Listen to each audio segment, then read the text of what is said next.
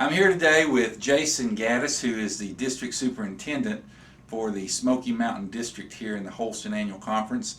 And we want to talk just a little bit about pastoral transitions.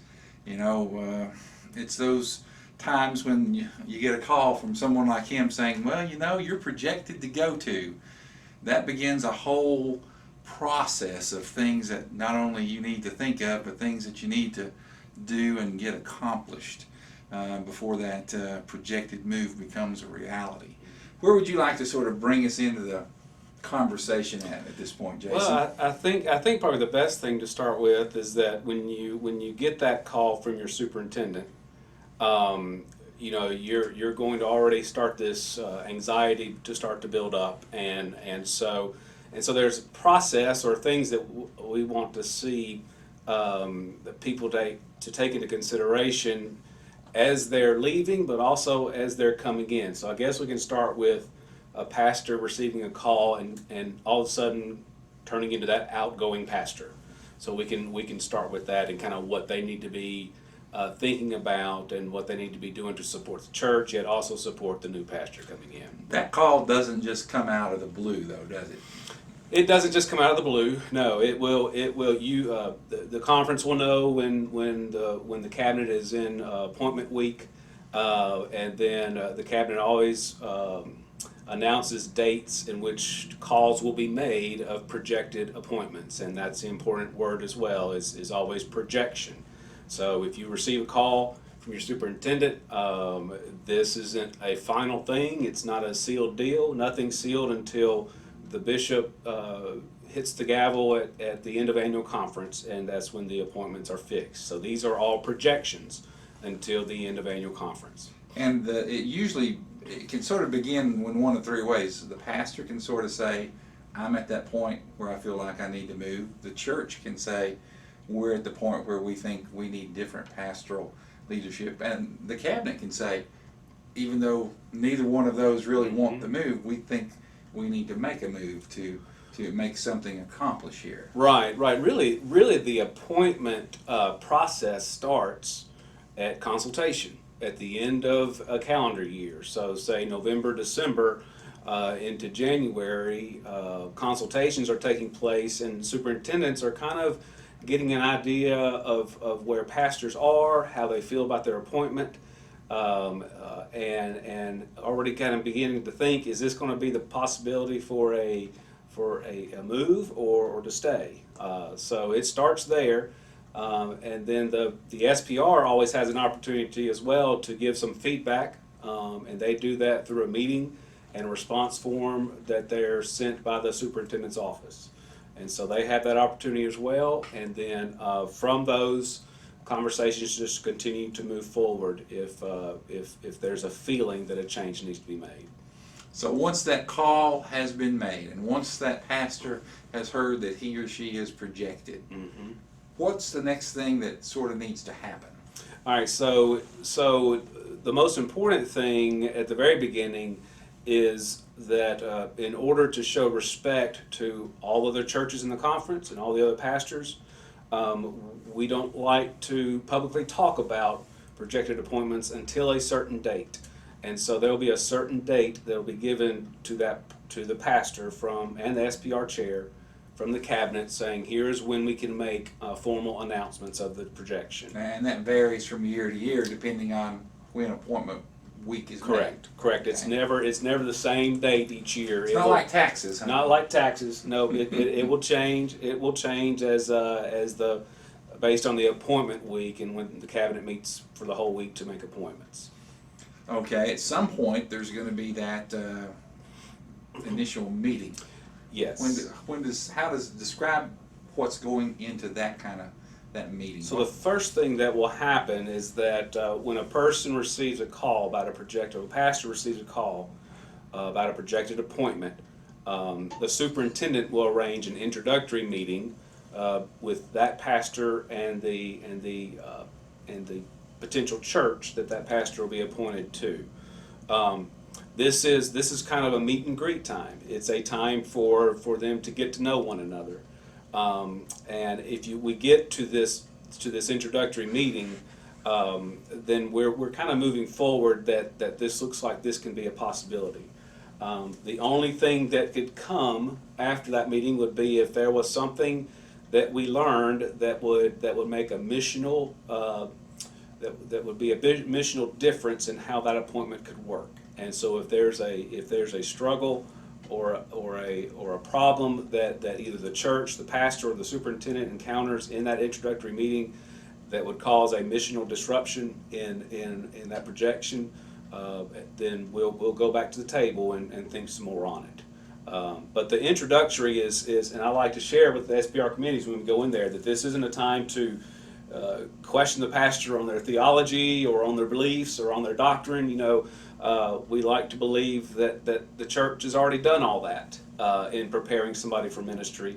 This is just the opportunity for a meet and greet. A lot of times spouses go as well, and just for the SPR committee to meet the pastor and the pastor to meet the SPR committee. Okay, if there's a family involved, is there ever a time when the whole family goes and maybe sees the parsonage or something along those lines? Yeah, you wouldn't want to do a parsonage type meeting or a parsonage date until after the date given by the cabinet when a public announcement can be made. So we don't want to do any parsonage visits until that has happened. So is that sometimes rolled in with the meet and greet visit, or is that usually a separate visit from the meet and greet? The introductory would be a separate thing. Now sometimes if we feel pretty good about this appointment, that the church seems happy, or the SPR committee seems happy, the pastor seems happy, then that arrangement could be made that you do have an introductory meeting and then you go and visit the parsonage just to see the parsonage. And in many cases that does take place.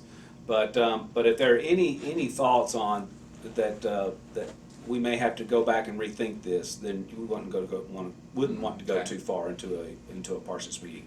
And the parsonage visit isn't one to go in and start planning out the furniture and planning out this. It is just to see the parsonage, to kind of ease that tension a little bit about that we all have when we're wondering, well, where are we going to live and what's it going to look like? So it's mainly to do that, not to make extensive plans about what a pastor is going to do in a parsonage. Well, when you think about the moves that you have sort of overseen, how many years have you been a DS now? I'm in my third year. You're in your third year, so you've seen a move or two. Mm-hmm.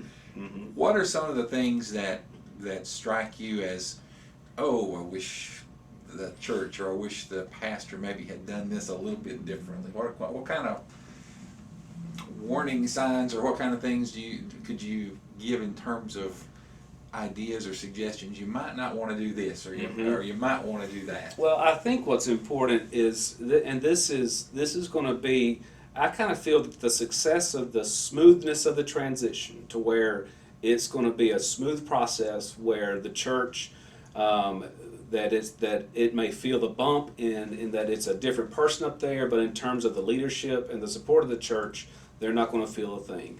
So the success of that smooth transition, I feel, is really in the hands of the outgoing pastor, because it's the outgoing pastor that is going to be there to, at the beginning and through this transition, to show support for the new pastor.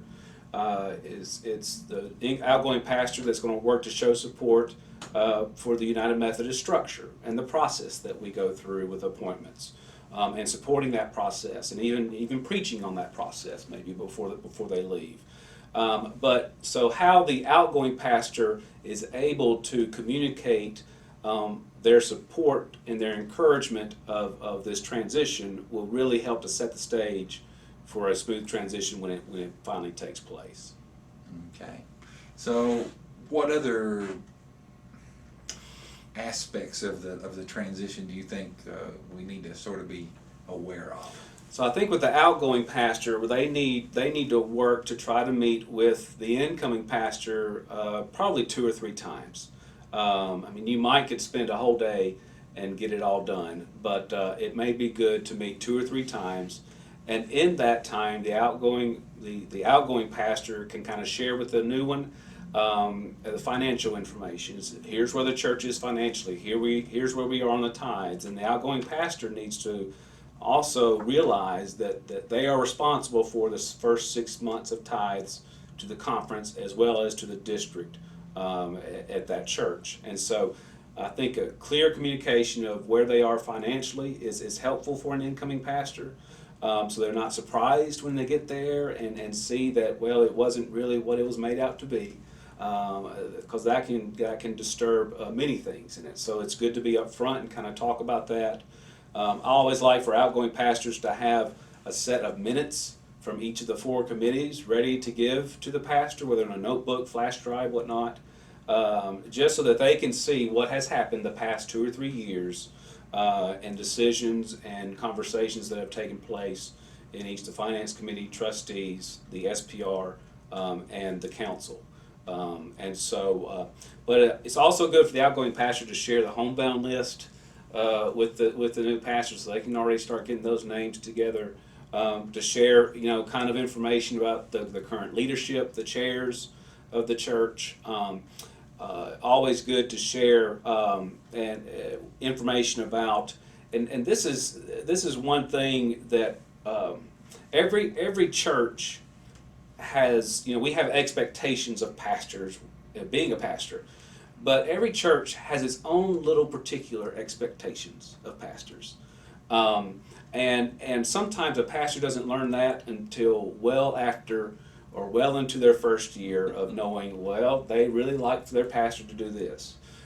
So it's good for the outgoing pastor to share those little peculiar or specialized expectations that the church is going to have of their pastor coming in.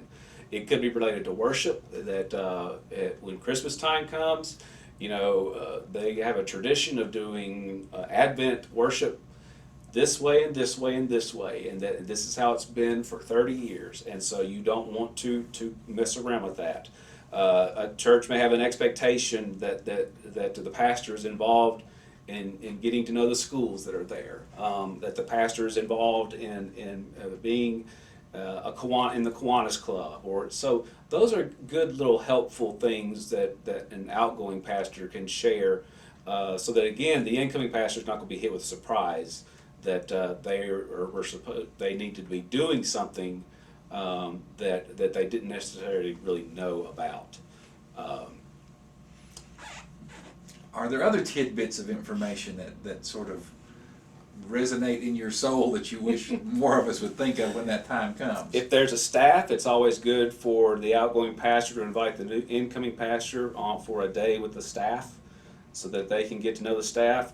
It's good for the incoming pastor to ask the superintendent about if there is a staff, about the opportunity for an onboarding, to where they can really, onboarding is a meeting that's set up where you can begin to build trust in a weekend that would normally take a number of months to build. And so that's a good way for pastors that will be supervising a staff to kind of get on board with the church.